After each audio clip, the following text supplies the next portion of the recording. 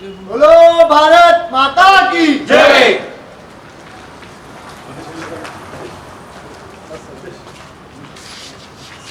ಯಾವುದೇ ಪರಿಸ್ಥಿತಿಯಲ್ಲಿ ಆ ವ್ಯಕ್ತಿ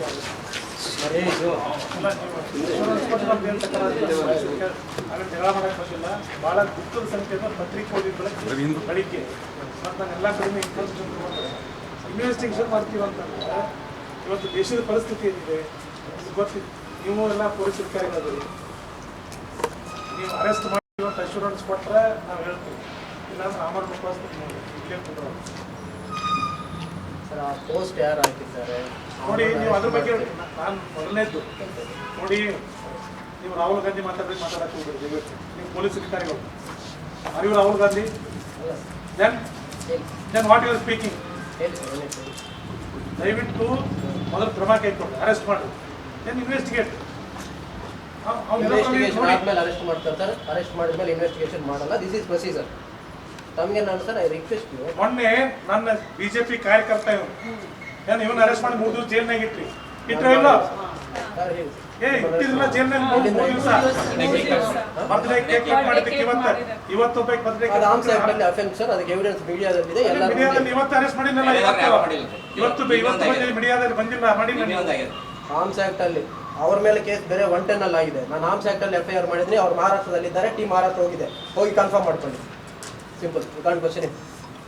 ಆರ್ಮ್ಸ್ ಆಕ್ಟ್ ಅಲ್ಲಿ FIR ಆಗಿದೆ, ತಿಳ್ಕೊಳ್ಳಿ. ಯಾವನಾದ್ರೂ ಸ್ಟೇಟ್ ಅಲ್ಲಿ ಮಾಡಿದ್ದಾರೆ ಅಂತ ಹೇಳಿ. ನೀವು ಈಗ ಅರೆಸ್ಟ್ ಮಾಡಕ್ ಆಗೋದಿಲ್ಲ. ನಾನು ನಿಮಗೆ ಮಾಡ್ತೀನಿ. ನೀವು ಮಾಡೋದಿಲ್ಲ ಸರ್, ಮಾಡೋದಿಲ್ಲ ಅಂತ ಹೇಳಿ ನನಗೆ. ನೀವು ಮಾಡೋದಿಲ್ಲ ಅರೆಸ್ಟ್ ಅವನ್ನ. ಕೇಸ್ ನೀವು ವಾಂಟ್ ಟು ಪ್ರೊಟೆಕ್ಟ್ ಹಿಮ್. ನಾನು ಮಾಡಲ್ಲ. ಯು ವಾಂಟ್ ಟು ಪಾಕಿಸ್ತಾನದಿಂದ ಬಂದವನ್ನ ಇಟ್ಕೋಬೇಕಂತೀರಾ? ಸರ್, ಅವನೇ ಆ ಪೋಸ್ಟ್ ಹಾಕಿದ್ದಾನೆ ಅಂತ ಹೇಳಿ 100% ಕನ್ಫರ್ಮೇಷನ್ ಕೊಡ್ತೀನಿ. ನೀವು ಅದಿದ್ರೆ ನೀವು ನೋಡಿಕೊಳ್ಳಿ. ನಾವು ಇಲ್ಲೇ ಮಾಡ್ಕೋತೀವಿ, ವಾಪಸ್ ಬಂದು ಮಾಡ್ಕೋತೀವಿ. ನಾವು ಸ್ವಲ್ಪ ಮೇಲೆ ಬಂದ್ರೆ ನೀವು ಯಾರೋ ಗಂಟೆ ಫೇವರ್ ಮಾಡೋದನ್ನ ನಾನು ಸಹಿಸಕ್ಕಾಗೋದಿಲ್ಲ. ನೀವು ಪಾಕಿಸ್ತಾನ ಜನ ಇನ್ವೆಸ್ಟ್ ಮಾಡ್ತೀರಿ, ಹಿಡಿದು ಗುಂಡು ಹಾಕಂತ ಹೇಳಿದ್ರೆ ನಾನು ಯಾವ ಇತ್ತು ಪಾಕಿಸ್ತಾನ ಜನ ಇಟ್ಕೋತೀರಿ ನೀವು? You want to protect the person who is giving slogan in against the country. ದೇಶದ ವಿರುದ್ಧ ಘೋಷಣೆ ಹಾಕೋದು ನೀವು ಇಟ್ಕೋತೀರಿ? ಯಾರು ಹಾಕಿದ್ದಾರೆ? ಯಾರು ಹಾಕಿದ್ದಾರೆ? ಎಲ್ಲ ಬಂದಿದೆ, ಪತ್ರಿಕೆಯಲ್ಲಿ ಬಂದಿದೆ, ಇದರಲ್ಲಿ ಬಂದಿದೆ. ಸರ್, ಒಬ್ಬನನ್ನು ತೋರಿಸ್ಲಿ ಸರ್. ಯಾರು ಕಾನ್ಫಿಡೆಂಟ್ ಆಗಿ ಅವನೇ ಹಾಕಿದ್ದಾನಂತ ಒಬ್ಬನು ಹೇಳಿದ್ರೆ ಯಾರಪ್ಪ ನೀ ಹೇಳಿ, ಯಾವ ಪೇಪರ್ದವನು ಹೇಳಿದ್ದಾನೆ ಅವನೇ. ನನ್ನ ಹತ್ರ ಎವಿಡೆನ್ಸ್ ಇದೆ, ನೀವು ಬಂದು ನೋಡ್ಲಿಕ್ಕೆ ಧೈರ್ಯ ಇದೆಯಾ? ನಿನ್ನೆ ಮೀಟಿಂಗ್ ದಲ್ಲಿ ಹೇಳಿದ್ದಾರೆ, ನಿನ್ನೆ ನಿಮ್ಮ KDP ಮೀಟಿಂಗ್ ಅಲ್ಲಿ ನನ್ನ ಹತ್ರ ಎವಿಡೆನ್ಸ್ ಇದೆ ಸರ್. ಬಂದು ನೋಡ್ಲಿಕ್ಕೆ ಯಾರಿಗಾರು ಧೈರ್ಯ ಇದ್ರೆ ತೋರಿಸಿ. ನೀವು ನೋಡಿ, ಇವತ್ತು ದೇಶದ ವಿರುದ್ಧ ಮಾತಾಡೋರ ಬಗ್ಗೆ ಇಡೀ ಜಗತ್ತಿನಲ್ಲಿ ಅಪ್ರಿಸಿಯೇಟ್ ಮಾಡ್ತಾ ಇದ್ದಾರೆ.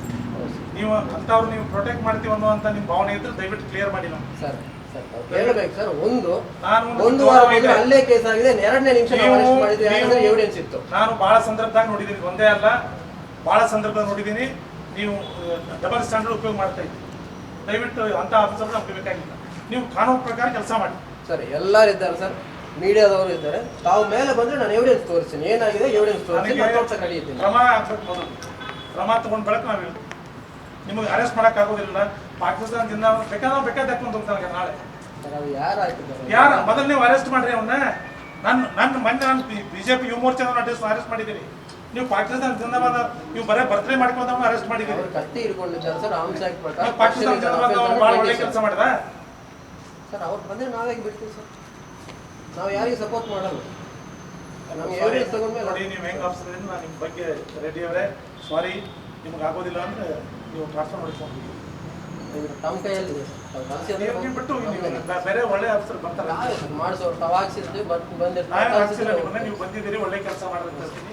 ನಾವೇ ನಿಮ್ಗೆ ಹೊರಗೆ ಮಾಡಕ್ಕೆ ನಿಂತಿಲ್ಲ. ನಿಮ್ಮ ಕಡೆಯಿಂದ ಕೆಲಸ ಮಾಡೋಕ್ಕಾಗಲ್ಲ ಅಂದ್ರೆ ದಯವಿಟ್ಟು ನೀವು ನಾನು ನೋಡಕ್ ಬಂದಿಲ್ರಿ. ಮೊದಲು ಆಕ್ಷನ್ ಹಾಕ್ಬೇಕು. ದೇಶದಲ್ಲಿ ಆಕ್ಷನ್ ಮಾಡಿ ಮೊದಲು. ಅವನು ಈಗಾಗಲೇ ಪೊಲೀಸ್ ಕಸ್ಟಡಿಯಲ್ಲಿದ್ದಾನೆ. ಈಗ ಹೇಳಿದರು ನಮ್ಮ ಕಸ್ಟಡಿಯಲ್ಲಿದ್ದಾನೆ ಅಂತೇಳಿ. ನಾವು ಕುಳಿತು 1 ಗಂಟೆ ಆದಮೇಲೆ ಅವರು 2 ದಿವಸ ಟೈಮ್ ಕೇಳ್ತಾಯಿದ್ದಾರೆ. ನಾಳೆ 24 ತಾಸಿನಲ್ಲಿ ಇನ್ವೆಸ್ಟಿಗೇಷನ್ ಮಾಡಿ ಕ್ರಮ ಕೈಗೊಳ್ಬೇಕು, ಮತ್ತು ಇಂಥ ವ್ಯಕ್ತಿಗಳ ಮೇಲೆ ಕಠಿಣವಾದ ಕ್ರಮ ಕೈಗೊಳ್ಬೇಕಂತ ಹೇಳಿದ್ದೀವಿ. ಅದಕ್ಕೆ 24 ಗಂಟೆ ಅವರಿಗೆ ಟೈಮ್ ಕೊಡ್ತಾಯಿದ್ದೀವಿ. ಇವತ್ತಿನಿಂದ ನಾಳೆ 12 ಗಂಟೆವರೆಗೆ. ಮುಂದೆ ಆಗದೇ ಇದ್ದರೆ ಅಥವಾ ಅವರು ಕ್ರಮ ಕೈಗೊಳ್ಳದಿದ್ದರೆ ನಾವು ಇದಕ್ಕಿಂತ ಹೆಚ್ಚಿನ ಉಗ್ರ ಹೋರಾಟವನ್ನು ಮಾಡಬೇಕಾಗತ್ತೆ. ಮತ್ತು ಇದು ದೇಶದ ಭದ್ರತೆ, ಯಾವುದೇ ಇದು ಸಾಮಾನ್ಯ ಕೆಲಸ ಅಲ್ಲ. ಆದರೆ ನಮ್ಮ ಪೊಲೀಸ್ ಅಧಿಕಾರಿಗಳು ಭಾಳ ಎಚ್ಚರದಿಂದ ಕೆಲಸ ಮಾಡಬೇಕು. ಇಂಥ ಒಂದು ಸೂಕ್ಷ್ಮ ವಿಚಾರದಲ್ಲಿ ಪೊಲೀಸರು ಹಿಂದೆ ಮುಂದೆ ನೋಡದೆ ದೇಶದ್ರೋಹಿ ವ್ಯಕ್ತಿಗಳನ್ನು ತಕ್ಷಣ ಅರೆಸ್ಟ್ ಮಾಡಿ ಅವ್ರ ಮೇಲೆ ಕ್ರಮ ಕೈಗೊಳ್ಳುವಂಥದ್ದು ಆಗಬೇಕು. ಗಂಭೀರವಾದಿದ್ದರೆ ಅಲ್ಲೇ ಗುಂಡು ಹಾಕಿ ಕೊಲ್ಲುವಂಥ ವ್ಯವಸ್ಥೆನೂ ಆಗಬೇಕು. ಅದರ ಬಗ್ಗೆ ಹಿಂದೆ ಮುಂದೆ ನೋಡಬಾರ್ದು. ಯಾಕಂದರೆ ದೇಶ ಮೊದಲು, ಉಳಿದದ್ದೆಲ್ಲ ಆಮೇಲೆ. ಆ ನಿಟ್ಟಿನಲ್ಲಿ ಪೊಲೀಸ್ ಅಧಿಕಾರಿಗಳ ಮಾನಸಿಕ ಸ್ಥೈರ್ಯನೂ ಕೂಡ ಕಡಿಮೆ ಆಗಬಾರ್ದು. ಆ ನಿಟ್ಟಿನಲ್ಲಿ ಅವರು ಯುವ ಪೊಲೀಸ್ ಅಧಿಕಾರಿ ಇರೋದರಿಂದ ವಿನಂತಿಯನ್ನು ಮಾಡಿಕೊಂಡಿದ್ದಾರೆ. ಅದಕ್ಕೆ ನಾನು ಅವ್ರಿಗೆ 24 ತಾಸು ಟೈಮ್ ಕೊಡ್ತಾ ಇದ್ದೀನಿ. 24 ತಾಸಿನೊಳಗೆ ಅವ್ರು ಕ್ರಮ ಕೈಗೊಳ್ಳಬೇಕು ಅಂತೇಳಿ ನಾನು ಆಗ್ರಹವನ್ನು ಮಾಡ್ತೀನಿ. ಸರ್, ಯಾರು ಒತ್ತಡ ಇದೆ ಸರ್ ಪೊಲೀಸರು? ಸರ್ಕಾರದ ಒತ್ತಡ ಇರಬೇಕು ಅಂತ ನನಗನ್ನಿಸ್ತದೆ ಅವ್ರ ಮುಖ ನೋಡಿ. ಅರೆಸ್ಟ್ ಮಾಡೋಕ್ಕೆ ಮೊದಲು ಎವಿಡೆನ್ಸ್ ಕಲೆಕ್ಟ್ ಮಾಡಬೇಕಂತ ಅವರಿಗೆ ರಿಕ್ವೆಸ್ಟ್ ಮಾಡ್ಕೊಂಡಿದ್ವಿ. ಅವರು ಒಪ್ಕೊಂಡಿದ್ದಾರೆ. ಆ ರೀತಿ ಇನ್ವೆಸ್ಟಿಗೇಷನ್ ಕರೆಕ್ಟಾಗಿ ನಡೀತಿದೆ, ರೈಟ್ ಡೈರೆಕ್ಷನಲ್ಲಿ ಹೋಗ್ತಾ ಇದೆ. ಇಲ್ಲೇ ನಮ್ಮ ಆಫೀಸಿಂದ ಮಾಡ್ತಾಯಿದ್ದೀವಿ.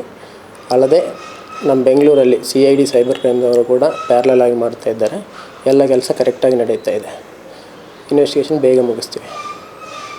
ಅಂದರೆ ಅವ್ರು ಮಾಡಿಲ್ಲ ಅಂತ, ಆರೋಪಿನ ಅರೆಸ್ಟ್ ಮಾಡೋದಕ್ಕೆ ಅವ್ರು ಮಾಡೇ ಇಲ್ಲ ಅಂತ ಸರ್ ನಿಮ್ಮ ಪೊಲೀಸರು? ನಾವು ಹೇಳ್ತಾ ಇರೋದೇನೆಂದರೆ, ಆ ಫೇಸ್ಬುಕ್ ಪೋಸ್ಟ್ ಏನು ಹಾಕಿದ್ದಾರೆ, ಆ ಪೋಸ್ಟ್ ಹಾಕಲಿಕ್ಕೆ ಇವರ ಕೈಯಲ್ಲಿದ್ದ ಮೊಬೈಲ್ ಅಲ್ಲದೆ ಬೇರೆ ಡಿವೈಸ್ ಕೂಡ ಯೂಸ್ ಆಗಿದೆ ಅಂತ ಹೇಳಿ ನಮ್ಮ ಹತ್ರ ಎವಿಡೆನ್ಸ್ ಸಿಕ್ಕಿದೆ.